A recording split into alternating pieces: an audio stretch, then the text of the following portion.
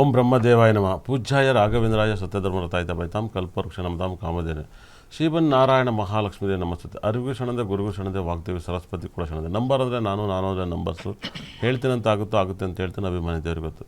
Guarantee T ವಿಲಿ 6 ರಿಂದ 7 ಗಂಟೆ ನಾವು ನಿಮ್ಮ ಜೊತೆ ಲೈವಲ್ಲಿ ಇರ್ತೀವಿ. 100% ಡಬಲ್ ಧಮಾಕ ಅಂತ ಹೇಳುತ್ತೆ. 100% ಯಾಕಂದರೆ ಇಬ್ಬರು ಅಸ್ಟ್ರಾಲಜಿ ಕಾರ್ಯಕ್ರಮನ ಮಾಡ್ತಿದ್ವಿ. ತುಂಬ ಬ್ಯೂಟಿಫುಲ್ ಕಾರ್ಯಕ್ರಮ ಆಗುತ್ತೆ. ಇದು 2026 ಭವಿಷ್ಯನ ಸಾಕಷ್ಟು ಪ್ರೆಡಿಕ್ಷನ್ ಕೊಡ್ತಾ ಇರೋದ್ರಿಂದ ಹೋದವರನ್ನು ಕೂಡ ನಾವು ಕೊಟ್ಟಿದ್ವಿ. ಮತ್ತು ಎಂದಿನಂತೆ ಆರ್ಯ ವಿತ್ ಮೀತಾ ಕಾರ್ಯಕ್ರಮದ ಅಸ್ಟ್ರಾಲಜಿ ಕಾರ್ಯಕ್ರಮದಲ್ಲಿ 2026ರಲ್ಲಿ ನಾವೇನು ಎಂದಿನಂತೆ ಯಾರನ್ನು ಪರಿಚಯ ಮಾಡಿಸೋದೇನು ಬೇಕಲ್ಲ. ಯಾಕಂದರೆ ಎಂದಿನಂತೆ ಬೆಳಗಿನ ಒಂದು ಮೀತಾ ಕ್ರಿಸ್ಟಲ್ ಅಂತ ಒಂದು ಕಾರ್ಯಕ್ರಮ ಭಾಳ ವಿಶೇಷವಾಗಿ ನೀವು ಶುಭ ಮಸ್ತು ಬೆಳಗ್ಗೆ 7 ರಿಂದ 8 ಗಂಟೆಗೆ ನೋಡ್ತಾ ಇದ್ರಿ. 7 ರಿಂದ 8 ಗಂಟೆ ಅದೇ ಒಂದು ಸೋಮವಾರದಿಂದ ಮೀತಾ ಕ್ರಿಸ್ಟಲ್ ನ್ಯೂಮರಾಲಜಿನ ಒಂದು ಕಾರ್ಯಕ್ರಮವನ್ನು ನೀವು ಡೈಲಿ ಮಾಡಿಕೊಡೋರು.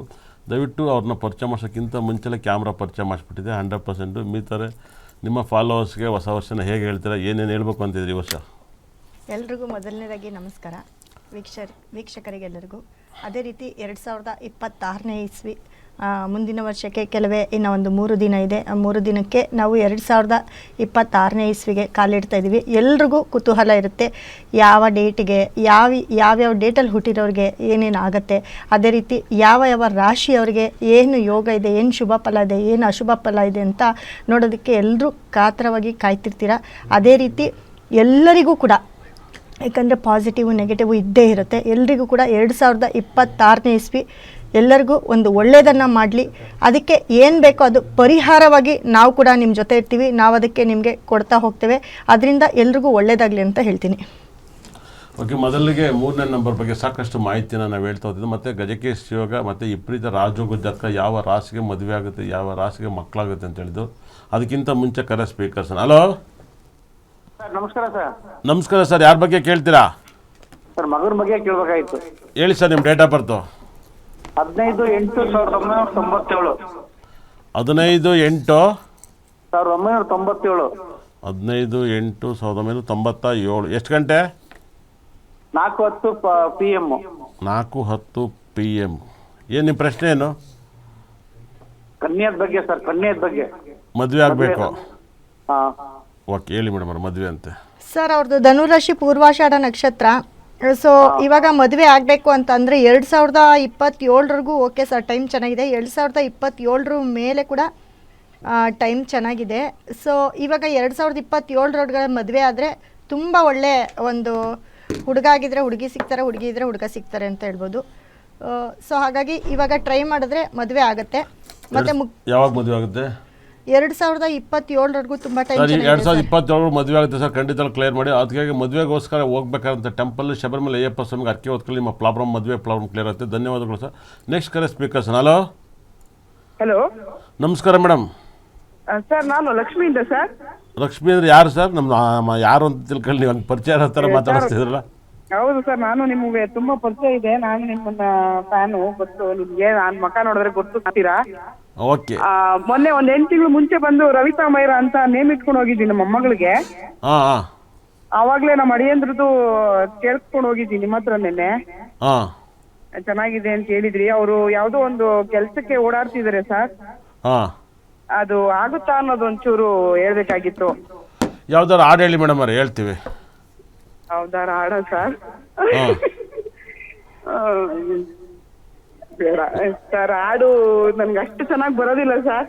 ನೀವು ಇಲ್ಲಿ ನಾನೇನು CM ಅಲ್ಲ, ನಾನೇನು ಹೋಮ್ ಮಿನಿಸ್ಟರ್ ನಿಮ್ಗೆ ಅವಾರ್ಡ್ ಕೊಡೋಕ್ಕೆ. ನನ್ನ ಹಂಸಲೇಖಲ್ಲಿ ನೀವು ಹಾಡು ಹೇಳಿದ್ರೆ ನಮ್ಗೆ ನಕ್ಷತ್ರ ರಾಶಿ ಮೇಲೆ ಜ್ಯೋತಿಷ ಹೇಳ್ತೀವಿ. ಹೇಳ್ಬೋದು ಜಲ್ದಿ ಸರ್. ಅದು ನಂಗೆ ಹಾಡು ನಿಜ ಬರಲ್ಲ ಸರ್. ಅರ್ಧ ತಪ್ಪಾಡ್ತೀನಿ, ಅರ್ಧ ಸರಿ ಆಡ್ತೀನಿ. ಅದಕ್ಕೋಸ್ಕರ ಸರಿ, ಕೆಲಸ ಲೇಟ್ ಆಗುತ್ತೆ ಅಂತ ಹೇಳ್ತೈತಿ ನಿಮ್ಮ ಮಾತಿನ ವಾತಾವರಣದಲ್ಲಿ ಸರ್. ನೆಕ್ಸ್ಟ್ ವಾರ ಭಾನುವಾರ ನೀವು ಕರೆ ಮಾಡಿ, ಒಳ್ಳೇದಾಗಲಿ ಮೇಡಮ್ ಅವರೇ. ನೆಕ್ಸ್ಟ್ ಕರೆ ಸ್ಪೀಕರ್ಸನ. ಹಲೋ ಹಲೋ, ನಮಸ್ತೆ ಸರ್. ನಮಸ್ಕಾರ ತಾಯಿ, ಎಲ್ಲಿಂದ ಕರೆ ಮಾಡಿದ್ರಾ? ನಾವು ಬೆಂಗಳೂರಿಂದ ಮಾತಾಡ್ತಿರೋದು. ಯಾರ ಬಗ್ಗೆ ಕೇಳ್ತೀರಾ? ನನ್ನ ಬಗ್ಗೆನೇ ಕೇಳಬೇಕಿತ್ತು. ಡೇಟ್ ಆಫ್ ಬರ್ತ್ ಹೇಳ್ತೀನಿ. ಹೇಳಿ ಮೇಡಮ್ ಅವ್ರೆ, ಹೇಳಿ. 19 19 3 1991. 1991. ಟೈಮಿಂಗ್ಸು ಸಂಜೆ 5:15. 5. ಏನು ಪ್ರಶ್ನೆ? ನಾನು ಮುಂದೆ ಏನ್ ಕೆಲಸ ಮಾಡಿದ್ರೆ ನಂಗೆ ಲೈಫಲ್ಲಿ ಸಕ್ಸಸ್ ಸಿಗುತ್ತೆ ಹೇಳಿ ಗುರುಜಿ. ಯಾಕಂದ್ರೆ ಅದೇ ಹೆಂಗಿರುತ್ತೆ ಮುಂದೆ ಫ್ಯೂಚರ್ ಅಂತ ತಿಳ್ಕೋಬೇಕಿತ್ತು.